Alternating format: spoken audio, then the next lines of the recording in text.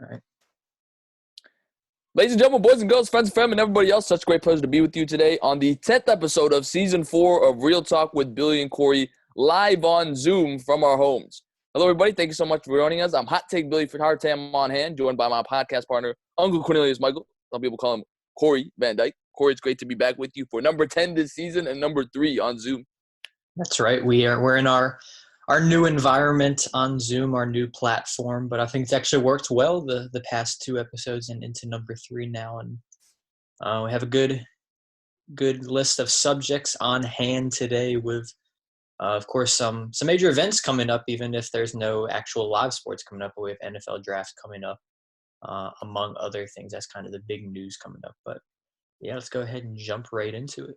And let's jump right in. We'll start up with the NFL draft that is coming up next week. And I think it kind of carries a little bit more meaning this time around because of the fact that there are no active sports. Again, the dates are April 23rd through the 25th, but basically the first round is all that matters. As they say, the time is 8 p.m. on ESPN. They're doing it virtual this year, of course, with concerns about COVID-19. And, you know, we've got a lot of different storylines going on in the draft. Where will Joe Burrow goes? I mean, he's likely the slam dunk number 1 pick. But after that, Chase Young go to the Redskins. You've got Tua Tagovailoa. You've got other names like Jalen Hurts in there. So I think that this is a very intriguing NFL draft for so many reasons. Forget just kind of what's going on in the real world, but even just in this draft. I feel like, Cory, the NFL draft, I don't know about you, but I just feel like the build-up for the draft is so much bigger than other sports. I mean, no one really pays attention for the most part to the MLB draft because, you know, those guys a lot of times never come straight to the big leagues. They've got to play a few years in the minor leagues, and even in the NBA, it's only 2 rounds. And really it's very rarely do you have someone outside of maybe the top 5 be able to really become a good player. But the NFL draft, I just feel like with all the media hype, everything that goes on, I think it's probably the best draft, wouldn't you say, of the 4 major sports? Yeah, for sure. And it's the biggest spectacle because it combines, I think, you have your just like college football fans that are wanting to see, you know, their players get drafted. You have, of course, NFL fans wanting to see the future of their franchises. And, you know, not to say that that's not the case in the other sports, but I think the NFL draft really, I don't know, heightens that. It's not like, you know, as a Virginia Tech fan, I'm really, you know, waiting for that guy in the MLB draft to get drafted in the 10th round or anything like that. But I know a few years back, you know, me and you were both, you know, waiting for Tremaine Edmonds to get drafted. So it brings, you know, the college fan into it and also brings, of course, like I said, the NFL fan. I know you're anxious, I'm sure, to see what we all expect to be Chase Young as the number 2 pick for the Redskins, and interested to see who the Cowboys land. I'm almost positive it's going to be someone on the defensive side of the ball. So, like I said, it just really is kind of the biggest spectacle, especially for what we're in right now in this time where there's no live sports going on. This is really, I guess, kind of the first big event since sports have been gone that we can really kind of wrap our heads around and look forward to and offer some like real legitimate hot takes on. Well, let's start with the number 1 overall pick, which we all think 99.99999% will be Joe Burrow, or else the Bengals are crazy, which honestly is you could see the Bengals making that kind of move. But let's assume they're taking Joe Burrow. Big picture going forward, hopefully there is a next season, but where would you see the Bengals? Do you think Joe Burrow can I don't think anybody's expecting him to make the playoffs, but do you think he can make them a little bit more exciting than they have been in the last few years? I mean, I think you would certainly hope that's the case, and I think Andy Dalton's time there has certainly run out, and it looks like he may even I know there's been kind of rumors out there he may go to the Patriots, kind of different things like that. But yeah, I think Joe Burrow has definitely the capability to be a guy who comes in, he'll be the number 1 pick, and he'll have all that pressure surrounding him, kind of like, you know, Baker Mayfield has had, Kyler Murray had last year, of course, and, you know, those guys have had ups and downs, and I think that'll probably be the same for Joe Burrow early on. He'll probably have his fair share of ups and downs, but, I mean, just when you look at the talent, he had one of, you know, if not, you know, in our time, maybe the best overall season we've seen in a long time for a quarterback in college football, and just how he did it with that new offense. He was, I think, you know, I don't even think anyone had him really anywhere high on their draft board going into the year. They were thinking, you know, he might be a 4th or 5th round pick. And then he has this breakout season in their LSU's new system and just puts up otherworldly numbers. Even I know that college football, the semifinal game against Oklahoma, set all kind of records in that game. And you really just saw the type of player I think on the biggest stage that, even seeing he hasn't had a losing record as on any team since he was 5 years old, and he's just always been a winner wherever he's gone. And of course, the Bengals will hope that's the same. I don't know if that will necessarily be the case, but I think he has nothing but a bright future for himself and in Cincinnati.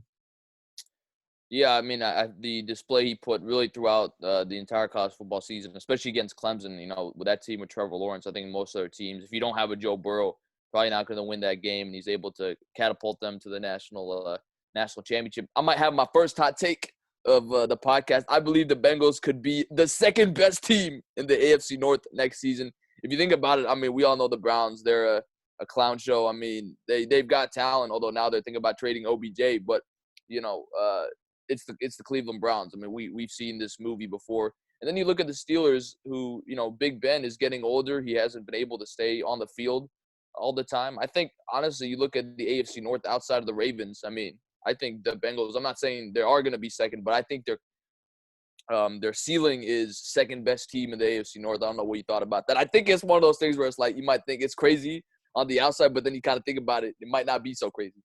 Yeah, I mean, I think, you even think about it, the Bengals necessarily, I know they didn't make the playoffs. Obviously, they were the worst. They had the worst record this year, but thinking the years before that, yeah, they hadn't made the playoffs, but they also weren't like this train wreck of a team or anything like that. It was really this year.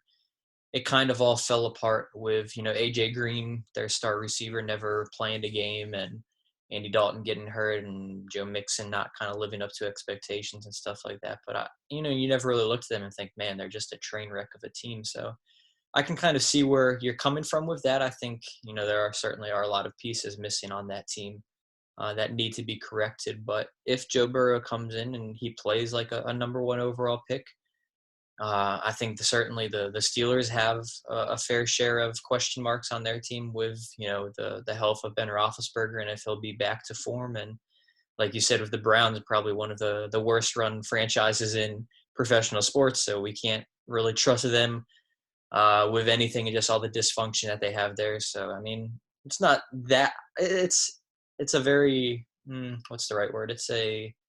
It's approaching the temperature of a hot take, but I wouldn't say it's exactly a steaming hot take. We'll put it that way. All right. Well, we'll see what happens with the Bengals. And then after that, I mean, people are talking about Chase Young going to the Redskins and Tua Tagovailoa, some of these other players. What's kind of your biggest storyline after number one, Joe Burrow goes to the Bengals? I mean, I think it is definitely Tua and where he either kind of goes or if he falls with the injury concern and different things like that. I was kind of reading some articles this week. One of them on The Athletic, where the writer there he interviews scouts anonymously and lets them kind of give their full on honest, genuine takes on guys. And a lot of them, they've really said that they were concerned about Tua and his injury concern, and not just this hip injury, but he's had surgery on both of his ankles. He's had I think wrist injuries or something like that, and foot injuries and knee injuries and concerns there. So, he hasn't necessarily been this guy that's been healthy. I think going into the year, people expected him to kind of develop and blossom into that number one overall pick. And, he was kind of heading down that path. But Joe Burrow, of course, took it to another level. But then that injury concern, it is still there. And, the hip injury isn't something that is easily, I think, identified. And, you can say, oh, that's this month recovery and he's back and he'll be completely fine. I think it's something that there's a lot of questions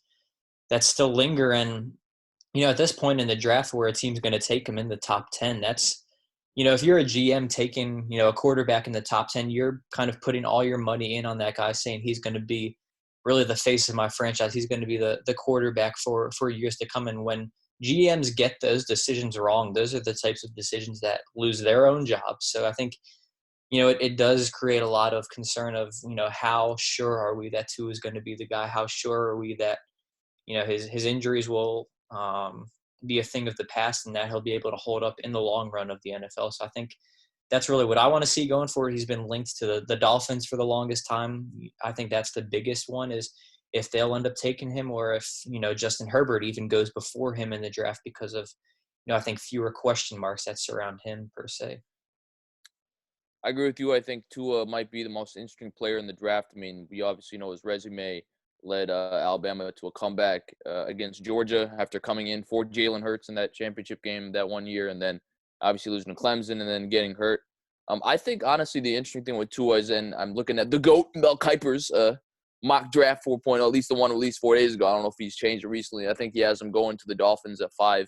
I'm interested to see if, and we mentioned the Steelers already, I'm also interested to see if maybe the Patriots trade up and draft one of these guys. Maybe it's not necessarily Tua, maybe it's another guy. But I mean, you think about it, Big Ben Roethlisberger. I know Shamar Parker, our friend who was on the podcast, always likes to say Mason Rudolph is not the answer. And then you look at the Patriots. I mean, they just lost Tom Brady, obviously, and they don't necessarily have a clear guy ready for the future. I think that's probably going to be one of the more intriguing things. Do you see the Patriots or the Steelers, or maybe another team that we don't know, trade up and make a splash? I think that's kind of what the NFL draft is known for too. Every year you feel like there's one or two splashes in the NFL draft. I don't know what your thoughts are were on that. Do you think maybe one of those teams bites and trades for Tua, or ultimately the injury history keeps some of those teams away? Yeah, I don't know. It is an interesting question, and you kind of think, the Steelers are certainly at the point where they have to start thinking about a future. Because I think, like you said, we both kind of saw that Mason Rudolph most likely is not the answer long term for that team. So they need to make a decision. The Patriots, obviously, they have Jared Stidham in there right now, but he wasn't a heralded, first round pick or anything like that. Are they really going to bank, the rest of their franchise on that guy? So, you bring up a good question, but I kind of don't see it happening right now. I think because of, like I said, all the question marks that are with Tua. And I'll even give, a hot take as well. I would take Justin Herbert before Tua. Wow. Not just even, beyond the injury concerns. I think Tua is a little overrated even. You look at him and the type of offense that he played at Alabama, where it was strictly RPO and this kind of run and shoot offense where, his receivers, he had 3 receivers on his team, 2 that'll be drafted, in the top 15 picks most likely in this year's draft. And, you look at his highlight tape and they're creating all kinds of separations. Like, did he even have these extremely accurate throws? Yes, he has a great deep ball. He has a great, I guess kind of like accuracy in those aspects, but I just really don't see a guy where, and even I think you think about it too, how many lefty quarterbacks in the past, have really had success in the NFL? I can't really think about, too many that even. Michael Vick, maybe. What was that? Yeah, Michael Michael Vick, maybe. Vick's the biggest one, and other than that, it's like there's Mark Brunell, there's Steve uh, Young.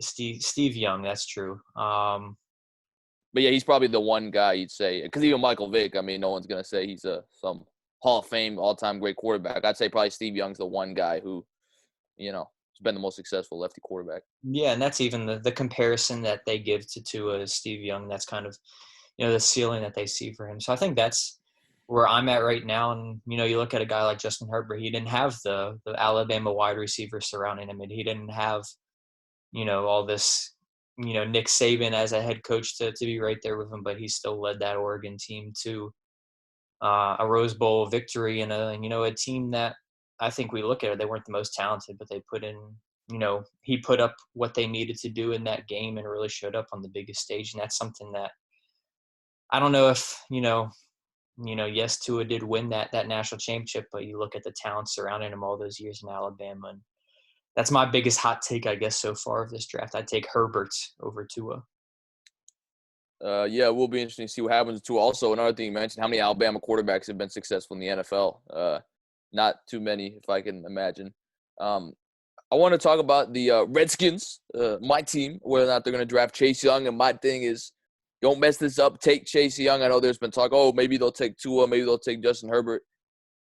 My theory is, look, man, Dwayne Haskins had just 1 year under his belt. You can't give up on a guy after, 1 year or 2 years after you traded up to draft him a couple years ago. So look, Chase Young is rated as the best defensive prospect in this draft universally. Ron Rivera just got hired. He's a defensive-minded coach. I think it's going to be nice to have a guy like that on your defense.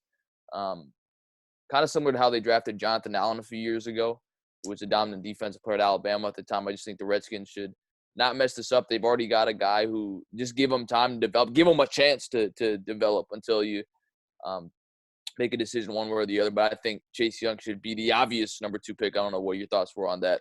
No, I think that's certainly the case. And, there's a lot of talk out there that Chase Young is, I think, on everyone's top their draft board, the number one, I think, consensus, most talented guy in the draft. And like you said, you're Dan Snyder, you're the Redskins here. You can't screw this one up. And he's placed right there for you. And of course, the Redskins got this pick by losing to the Giants in that crazy game at the end of the season. So this could be the Giants pick, but instead it's the Redskins pick. They didn't screw that part of it up by winning that game, so they can't screw this up even more by not taking Chase Young. And I think that certainly is the pick right there. I even saw one scout's report. He was saying something he was putting together Chase Young's scouting report, and under his weaknesses section, he only had 2 sentences, whereas literally every other guy is usually a paragraph. But Chase Young, there's just not much to write there in that section. So I think that shows the type of player that he is and the type of impact he could have in DC for a long time. For sure. And kind of as we sort of close out our conversation on the NFL draft, are there any players that maybe are not being talked about or anybody that you think might be a dark horse? They might, they might not obviously be talked about right now, but you're thinking next season they could have an opportunity to have a really good season. Obviously, it also depends on wherever they go as well. Yeah, I think I don't know. I've heard a lot of talk about Jordan Love, the quarterback out of Utah State, and just how he has all the talent in the world to be a guy. So I think that's a guy that you look at. I think he's even projected to be taken at the end of the first round, and that could be a guy that goes to the Steelers or the Patriots, like we talked about, and could be give a year or two to let him kind of come into that system and say, man, this could be a guy that steps up that, wasn't the most heralded guy coming into the draft, but could, be at that level of a Tua or a Joe Burrow. So I think that's one name I would look out for. And another guy that, you don't necessarily hear them as much in the NFL draft, but I think a guy that, certainly when it's all said and done, I think wherever he ends up going, he'll be successful there is at the running back position, and Jonathan Taylor. He had one of the all-time careers at Wisconsin, and wasn't really talked about. I think projected to be a second-round pick, but I think wherever he goes, he's going to be successful. Priority isn't necessarily put on running backs anymore. I don't know if there's been a running back taken since Zeke that early in the top 10 or anything like that since him, and I think it just kind of shows the way the NFL is trending. But if you put a guy like him in there, I think a team that I could certainly see him going is something like Seattle, where they seemingly never have a running back there. If you put him in that system of Russell Wilson, I could see him succeed. So that's another name that, a big college name, was always in the Heisman talks, but never really kind of seen as this huge, top 10 pick or anything like that. I'm going to give you 2 names. I don't know if they're necessarily big names, but they do come from big programs, so they've probably had some exposure on the national level. I'm going to go one of the guys, Trayvon Diggs. That's Stephon Diggs' brother, cornerback from Alabama.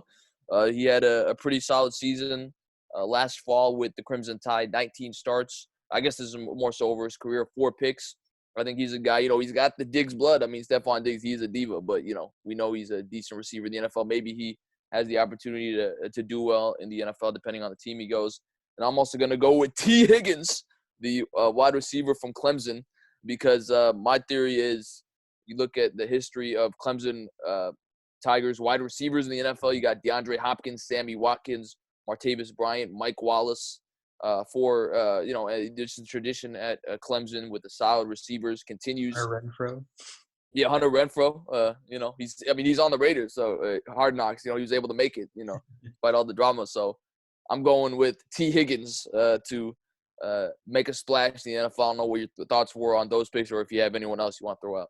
No, I like T. Higgins. I like that pick a lot. And I've even heard, too, this is, one of the deepest wide receiver drafts of all time, pretty much, where I think one guy said he had 20 wide receivers in his top 100, players of the whole draft. And, you have guys like CeeDee Lamb at Oklahoma. You have Jerry Jeudy, for Alabama. You have guys like T. Higgins that'll be drafted a little later. So I think, it'll be interesting to watch the wide receivers and where they all go as well. And, it's wide receiver is very much hit or miss in the NFL draft. You have guys that either make it big or they kind of just go and kind of never make themselves a name in the NFL. It's really, I think, the most hit or miss position, I feel like. So that'll certainly be a position to be watching as well.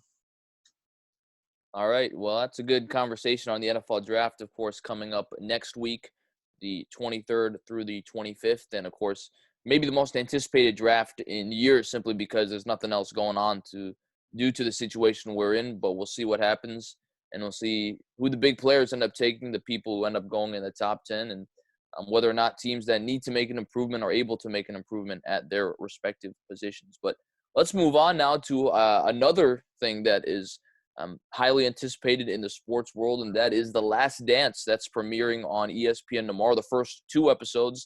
Last Dance is essentially about a documentary about Michael Jordan and the Bulls' final season in the 97 through 98 season. People remember they won 6 championships in 8 years, and this documentary is about the last championship they won. It's called The Last Dance because that was the title given by Phil Jackson when describing the season, that this was going to be the last time the team was going to be together. And the reason it's highly anticipated, first of all, again, there's not much going on sports-wise, but it was also supposed to actually premiere in June, but because of, obviously, the pandemic and no sports, the producers decided to move it up a few months to premiere it this weekend, tomorrow to be exact. And I mean, Corey, I know you and me are big fans of 30 for 30 sports documentaries. They always seem to make good content. So what's kind of your thoughts on this Last Dance documentary, from, of course, the anticipation to what they're talking about, and that's Michael Jordan and the Bulls? Yeah, I think they certainly made the right move, moving it up into a time of so much uncertainty here, and the no sports going on, and who knows, we might have been having sports in summer where they were initially anticipating it to be released. So props to the producers and everyone there for releasing it early and letting us kind of enjoy it during this time. And I think the obvious thing about it is that we're going to get this kind of inside look at the GOAT, Michael Jordan, and just all that he was, the competitive side of him, the unfettered access into, the locker room and all this kind of stuff that, people dream of as media members, as people that kind of grew up in our field of seeing that kind of access. And, this film crew got it for this year. So I think it's just going to show, all these unique sides of Jordan, of the Bulls, of Scottie Pippen, of Phil Jackson that, a lot of us wouldn't even know. And I think, especially for people like me and you, where, our only kind of memories of Jordan is highlights on YouTube, I think this will be a really cool inside look to see, man, this is the guy that people call the GOAT, and this is why. This is the guy that, won 6 titles, and, this is the reason why he was able to do it. So I think that's what I'm most excited about, is just kind of starting to get some of the rationale behind these takes that are out there about MJ and just all that he is, and sort of get kind of the background of it all that, me and you never really got to see. So super excited for that. And, as a sports fan, just in general, I mean, Michael Jordan is a name that pervades all of sports. He's arguably the biggest name in sports history. So for a 10-part documentary on him, and, me and you talk about how great 30 for 30 ESPN Films usually does on just capturing the true emotion of that, I think it's nothing but excitement moving forward for, not just basketball fans, but for sports fans in general. Yeah, I couldn't agree with you more. I'm really excited. Like you said, I mean, I guess technically our last memories of Michael Jordan could have been when he was on the Wizards, but even then we were really young and he wasn't good anyway when he was on the Wizards. So just seeing kind of this footage of him and that last season on the Bulls, of course, everyone remembers that season ended with him hitting the game-winning jumper in Game 6 of the finals against the Jazz. I'm really excited to see all the people they interviewed and what they say. I was looking online. They actually ended up interviewing 106 people for this documentary, everybody ranging from Barkley to Magic Johnson, Michael Wilbon, former presidents like Obama and Clinton. So I just think it really shows you the impact that the Bulls had on sort of, all of sports culture and all of life at the time, that, you're going to have people that are not just involved in sports being featured in this documentary. I know Kobe Bryant is in it as well. It's pretty remarkable too. I was reading that this actually started 2 years ago, this project. So now, and I think because they moved it up, they actually haven't finished some of the episodes. They haven't finished some of the last few episodes. So they're going to be working on that while the first couple of episodes are going to be released, which I think is pretty remarkable. One thing I wanted to ask you is that I think, people of course have this, most NBA fans, sports fans agree Michael Jordan is the greatest NBA player of all time. And I know that it's not this iteration of the Bulls. I think it was the 96 Bulls that ended up winning 72 games. But a lot of people also say that that's the greatest team of all time. My question is, do you think Michael Jordan's Bulls are the greatest NBA team of all time, or do you think there's another team out there? It could have been one of the teams we've obviously grown up seeing, like the Heat or the Warriors, or is there maybe a team going back and forth? Or do you think it's Michael Jordan's Bulls? Do you think they're the greatest team of all time, or would you say there's another team you would take?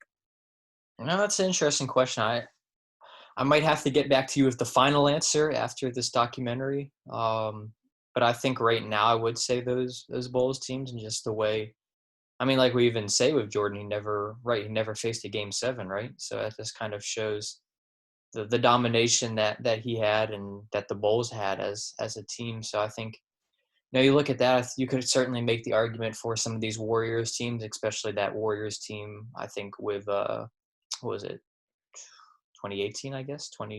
Yep, Steph Curry, KD, Klay Thompson, Yeah. and So with KD Draymond Green. first year, I think Do you think that team could have beaten the Bulls? I don't know. I think that's certainly the argument. I think, now that I think about it, you would think, man, that team had, 3 guys on their team that are top 15 players in the NBA. You certainly think, I don't think the Bulls had that, but the Bulls also had number 1 player, which the Warriors didn't have. So there is kind of, this balance there and different things like that. So I don't know. I think that's the benchmark of a team. I think that's the best team we've seen, is that Warriors team, 2018 Warriors with KD, his first year there, and the way they just swept through, team after team in the playoffs that year. And so I think, I don't know, that's kind of the two I'm weighing between right now. You could certainly say one of, LeBron's teams with the Heat and the Big Three, the years they won or something like that. But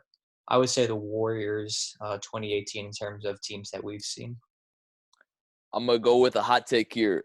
I believe the Bulls are not the greatest team of all time, and I'm going to throw in the Lakers, the Showtime Lakers with Magic Johnson, James Worthy, and Kareem Abdul-Jabbar.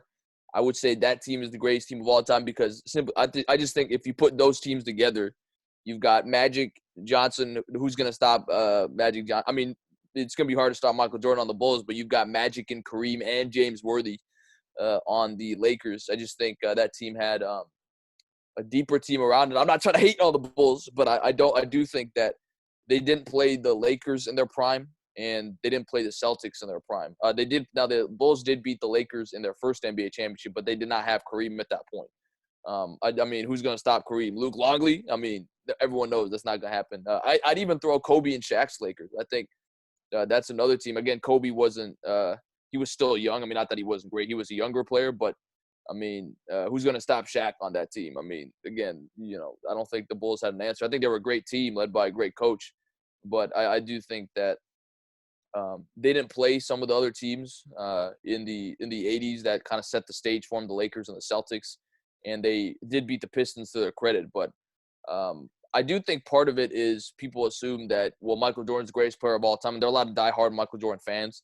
They can't take anybody saying, oh, someone could have beat that team. And I think, yeah, Michael Jordan is the greatest player of all time, but he can't win a game by himself, at least, although he did show that a few times. But I do think against a team like the Lakers, like the Celtics, like the Warriors, with multiple Hall of Famers, I think it definitely would have been hard. So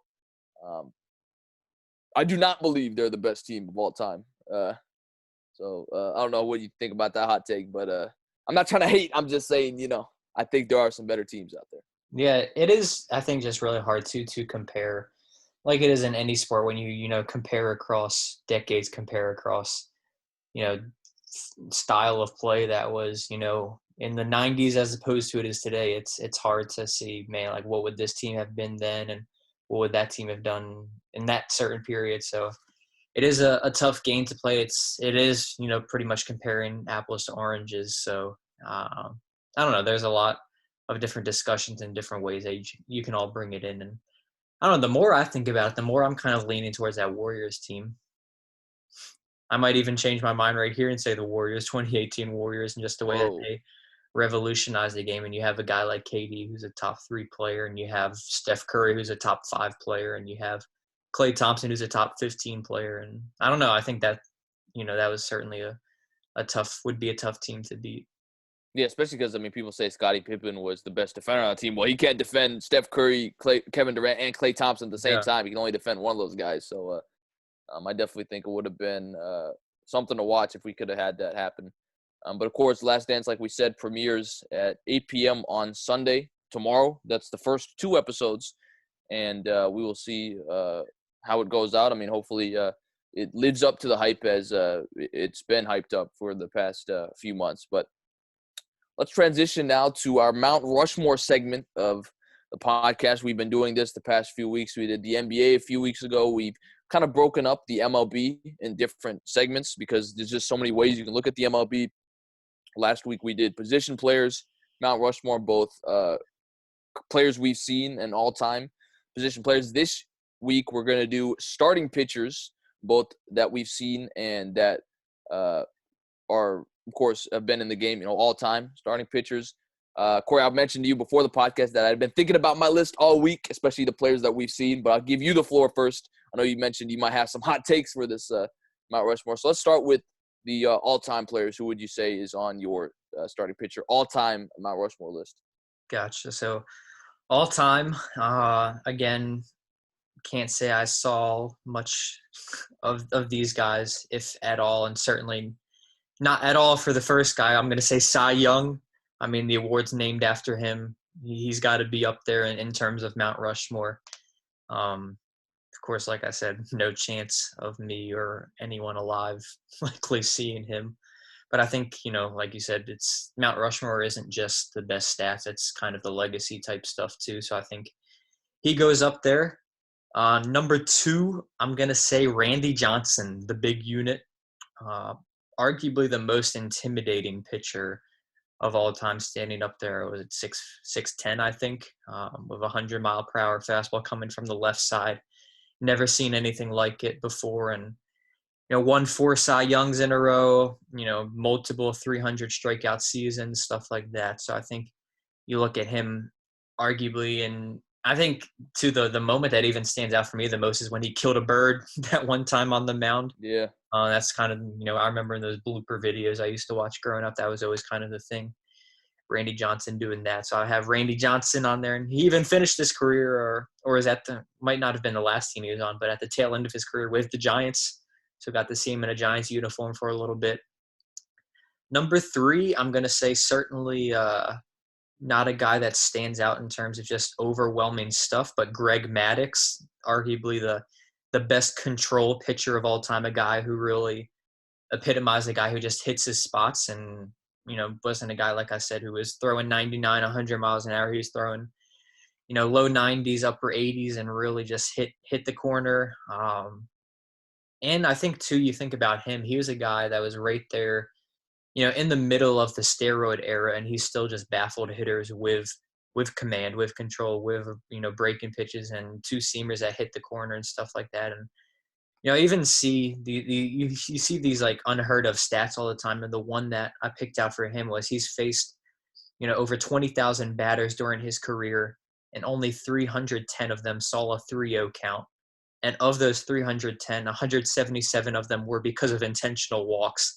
So it just kind of shows, the craziness that was involved, with Greg Maddux. And the last one, I'm going to say this is another one that's more so kind of a legacy and his impact on the game, is Bob Gibson, former Cardinals pitcher. And I think you look at him, another one of those intimidating guys that stood up there on the mound. And I think the reason I picked him is just because of the impact that he had to change the game, where he was so dominant on the mound that after I think one of his early Cy Young years, they changed the pitching rules where they lowered the mound because he was, on this higher mound throwing his 100-mile-per-hour fastball down. They reduced the strike zone at this point of the game. So I think his overall lasting impact caused me to choose Bob Gibson. All right, so that's not a bad list. So you've got Cy Young, Greg Maddux, Randy Johnson, and Bob Gibson. Yep. Okay, I actually agree with half of your list. Okay. I have to go with Cy Young. Again, you mentioned the awards named after him. He has the most career wins of all time, 511. Also has the most career losses, 316. But I guess if you pitch that long, you're going to have the best and the worst of those stats. I'm also going to go with Greg Maddux. I had to pick somebody that's obviously we didn't see him pitch, at least not in his heyday, but relatively recently. Like you mentioned, has over 350 career wins. The control was impeccable. And what I really liked about Greg Maddux is I've read that he pitched to contact like he wanted, people to put the ball in play, which I think more pitchers should do. I think it just kind of speeds up the game. And, I'd rather see quick outs than a strikeout, honestly. Most of the time, just to keep the pace of the game going at a decent pace. I'm going to go with Walter Johnson. Walter, I had to pick a DC guy, even though he didn't play for the Nationals, but he is second all-time with career wins with 417.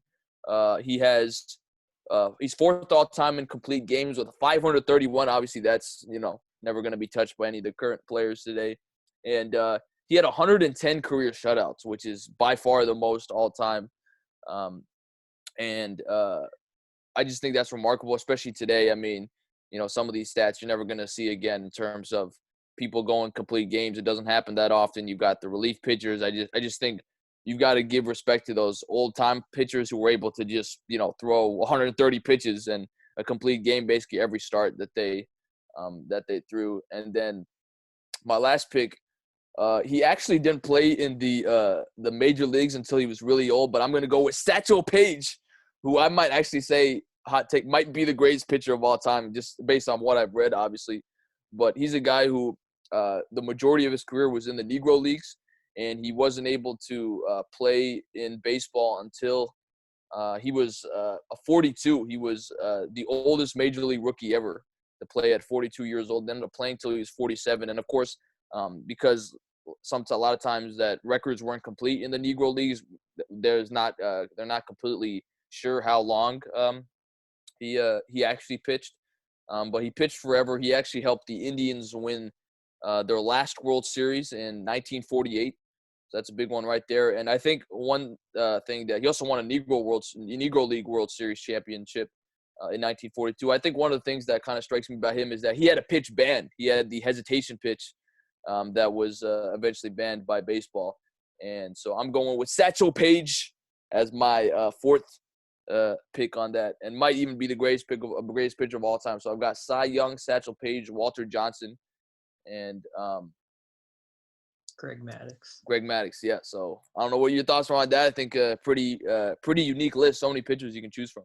Yeah, and Satchel Paige was actually my number 5 pick, my first honorable mention. I was kind of reading up on him before too, and the one, I guess, kind of story I liked about him was reading how, when he was pitching back in the Negro Leagues, he used to tell his infielders to literally sit down because he knew he was going to strike out the side on this upcoming inning and stuff like that. And just, they said he brought all kinds of crowds to the games that were unprecedented whenever he was just pitching. The difference between when he was pitching and when someone else was pitching was remarkable. So I think what he kind of did in terms of, allowing kind of even paving the way, I think, in a sorts for African Americans to play and pitchers in the MLB, I think is part of his legacy as well. So he was on my honorable mentions. I would also throw in Pedro Martinez as an honorable mention. He's a guy we kind of saw a little bit too, I think. Not necessarily the prime of his career, but more so at the tail end, a little bit on the Red Sox, if we remember that far back, but even further beyond that with the Phillies. And then my other honorable mention was Nolan Ryan, and the all-time strikeout leader and just 7 no-hitters and all that went with that. Of course, he has that memorable fight with Robin Ventura, getting him in the headlock, and He's also, I think, the most walks of all time, so the most strikeouts and the most walks of all time. Certainly a guy that kind of stands out in that kind of mindset. So you have any other honorable mentions that you had there?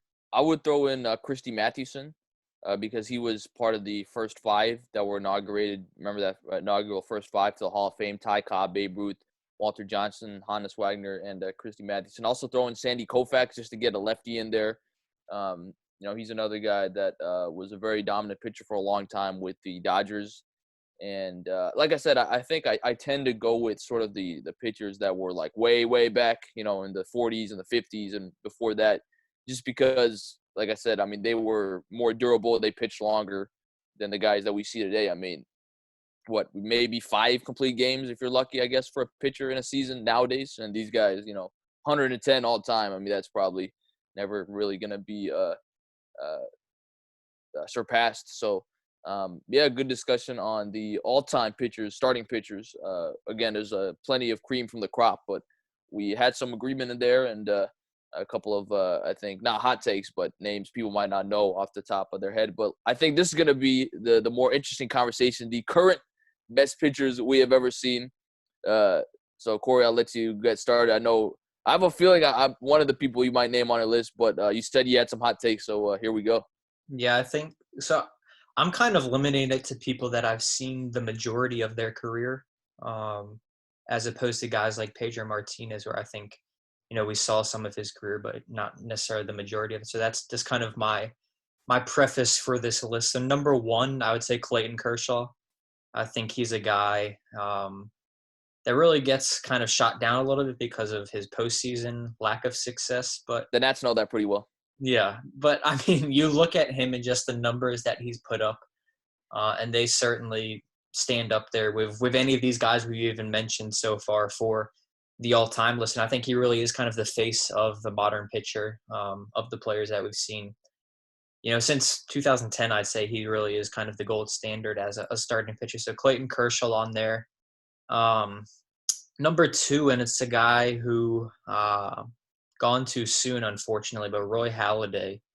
I think you look at him and just all that he established, and he's another guy too that, kind of strayed away from the style of pitching that we see today, where it's the strikeout guy, and he of course got more of that in his end of his career, but really a guy that, threw that sinker, that two-seamer that just ran in on hitters, and kind of like we said with Maddox, forcing contact and soft contact. And Roy Halladay, I think, that 2010 season he had with the Phillies and throwing that no-hitter in the first round of the playoffs, and just everything that was, surrounding him. And, he even won a Hall of Fame in 2003 as well with the Blue Jays. And the Blue Jays had some terrible teams during those years. So I think, the fact that he stood out even during those years as well. I have Roy Halladay, and I think he too was an example of a guy that wasn't necessarily worried about those pitch counts and stuff like that. He was a guy that had more complete games than anyone in the leagues growing up. And I remember my dad would always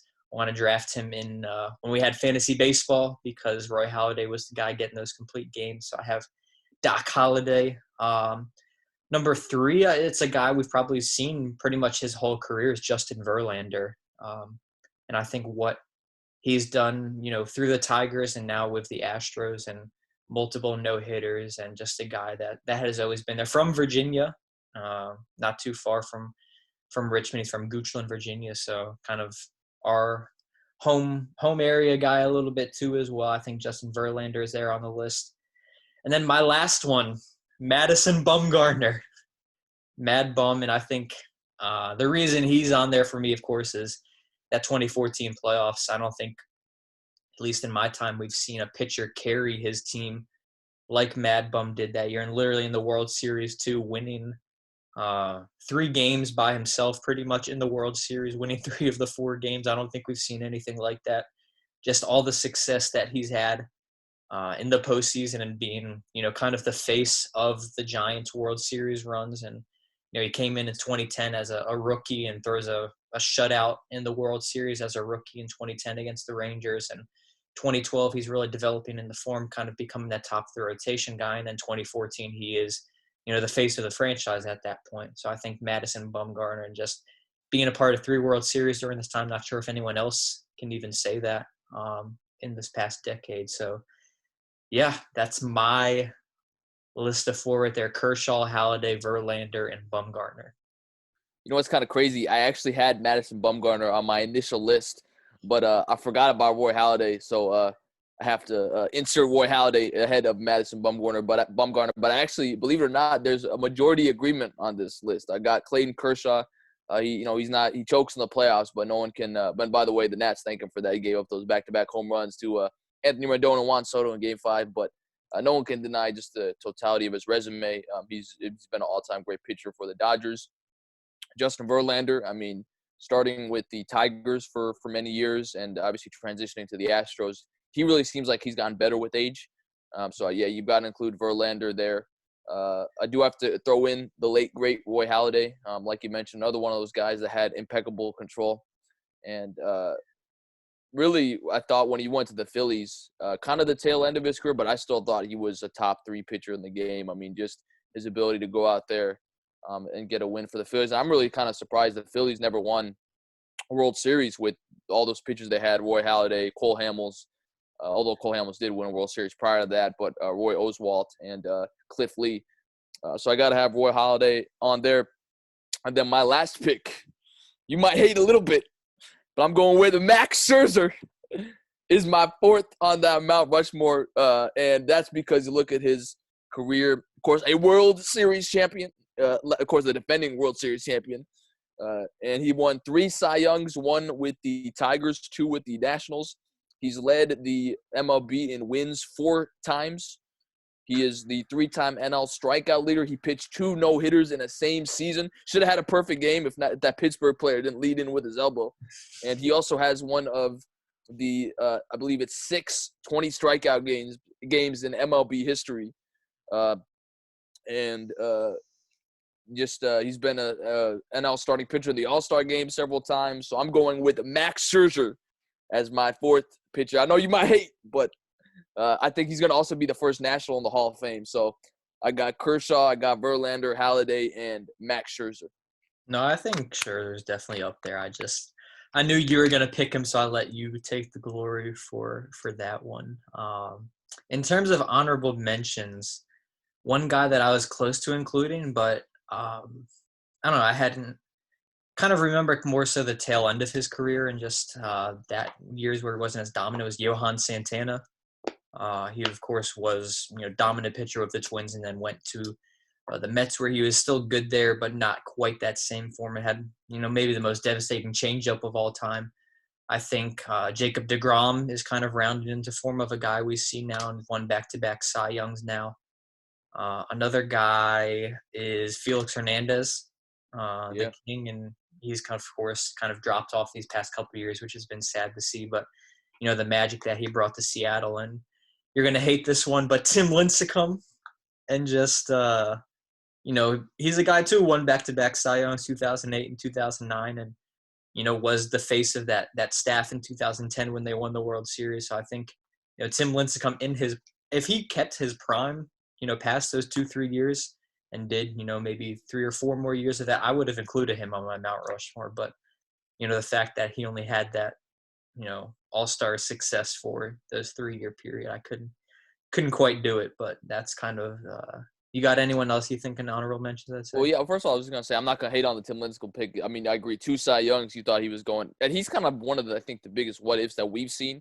Mm-hmm. Just like, I mean, he had 2 Cy Youngs. He's winning the World Series, and all of a sudden just kind of fell off the cliff. I remember one of the few video games I have is MLB 2K9 on the Wii, and he is he's on the cover of that game. So I remember that as well. I also want to throw in Matt Cain.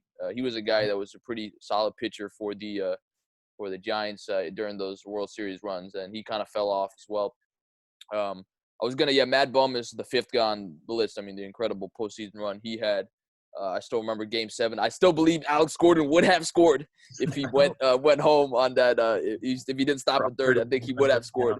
And then we never know what could happen. But you might hate this one. I'm also going to throw in Steven Strasburg as one of the great pitchers I've seen. You think about it. World Series champion, World Series MVP. I mean, the run he had in the World Series, not just the World Series, but throughout the playoffs. I mean, that was a pretty incredible run. Still remember him coming in the wild card game, pitching a couple innings of relief, and then in the World Series Game 6 when everything crazy is going on with the umpires and that call with Trey Turner at first base. He just comes out there, goes 8 1/3 innings. And, of course, he had the controversial shutdown in 2012 where they shut him down, and Nats ended up losing in the playoffs that year. And people think, well, that's probably one of the biggest controversies too. But I think the Nats were ultimately validated by that. And I just think also I think you might agree with this. I'm not sure I've seen a more anticipated debut and a better debut than I saw with Steven Strasburg. I mean, that first game he had against the Phillies, I think it was like 2010, 7 innings, 14 strikeouts, and again, it was highly hyped up going into that, and then he actually proved it. I think Steven Strasburg is one of the best pitchers I've seen. He's going to be in that honorable mention. I would have put him – I thought about putting him in the Mount Rushmore, but I thought that was a little too far. But he's definitely in the top 6, 7. You do make a good point, though. I remember watching that game against the Pirates and thinking, man, this dude is going to be legit. And even, what was that? What year was that? 2010. 2010. So, I'm 12 or 13 at that point. Even after I went and got – I don't know if I ever told you. I went and got a Steven Strasburg, shirt jersey because I was like, this dude is going to be, legit one of those, the T-shirts that's, like a jersey. So, yeah, I think we all kind of thought, man, this is going to be, the best pitcher we've seen in our lifetime. And, he's been a very good pitcher, don't get me wrong, but hasn't quite lived up to, I think, the billing that he kind of was even placed on himself, which was even kind of unfair, I think. But certainly he's a guy. Is there anyone else that kind of you think of? I was thinking of one more guy maybe, David Price, and just what he was for a few years at the end of his time with the Rays, and then with Detroit for a little bit there as well. And of course, he's been with the Red Sox and hasn't been quite as dominant then. But I think for a short period there, he was a pretty dominant pitcher. Anyone else that kind of stands out for you? I briefly mentioned him, but Cliff Lee. I mean, he was a guy, and we might not have seen the best of him necessarily, but he was a guy on the Indians and then the Phillies. He had some terrific runs. Patrick Corbin. I'm just joking. I'm just throwing out Nationals pitchers now. But I definitely think, starting pitcher might be the most valuable player in all of baseball, just because I think you can control the game overall. Any young guy now that you think could get into that category? Man, that's an interesting question. I'd have to really think about that one. Is there anyone that stands out for you? I mean, I feel like it usually takes guys to be 25, 26 years old at least before, we kind of bill them as, oh, maybe this guy would be he's going to be a really good pitcher down the road. I think an interesting guy to look at, and he just signed, of course, the massive contract, is Garrett Cole. If he keeps up this success that he had this past year, and if he keeps that up with the Yankees, of course, where he'll be scrutinized, more than anywhere else he could have gone. If he keeps it up and is, continually this dominant guy, I think he's a guy we could look at. That was the name that I think kind of immediately stuck out for me. I'm trying to think of anyone else, though. Yeah, I definitely think Garrett Cole, he better show up. He's getting paid, $311 million? So in New York. So I definitely think he's got to, show up. And especially there was a lot of scrutiny over he didn't pitch in Game 7.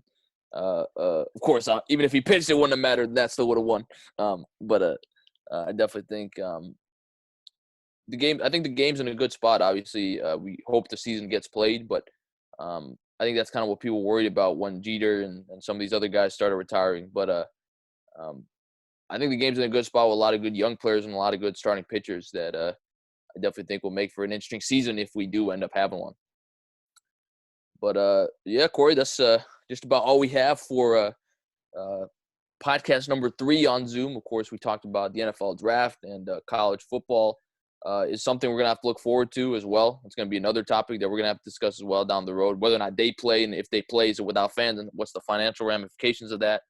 We also talked about The Last Dance, and then this another edition of the MLB Mount Rushmore. So I guess next week we're going to really have to do relief pitchers Mount Rushmore. I think we might even have to shorten it to I don't know necessarily current times, but I think it would be harder if you go back to the 30s. They didn't have relief pitchers. Yeah, so we might have to kind of shorten that a little bit.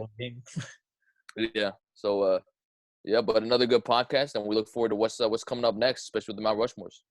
For sure. Yeah. And NFL draft, of course, Thursday. So Can't Yeah, wait. right around the corner. Last Dance is premiering tomorrow. So once again, thank you so much for joining us on the 10th edition of Season 4 of Real Talk with Billy and Cory, our third on Zoom from our podcast partner, Uncle Cornelius Michael, Cory Van Dyke. I'm Hot Take Billy Parvatam on hand. We say so long to you for just a while. Have a great week, everybody. We'll see you next time. We'll love you 3000.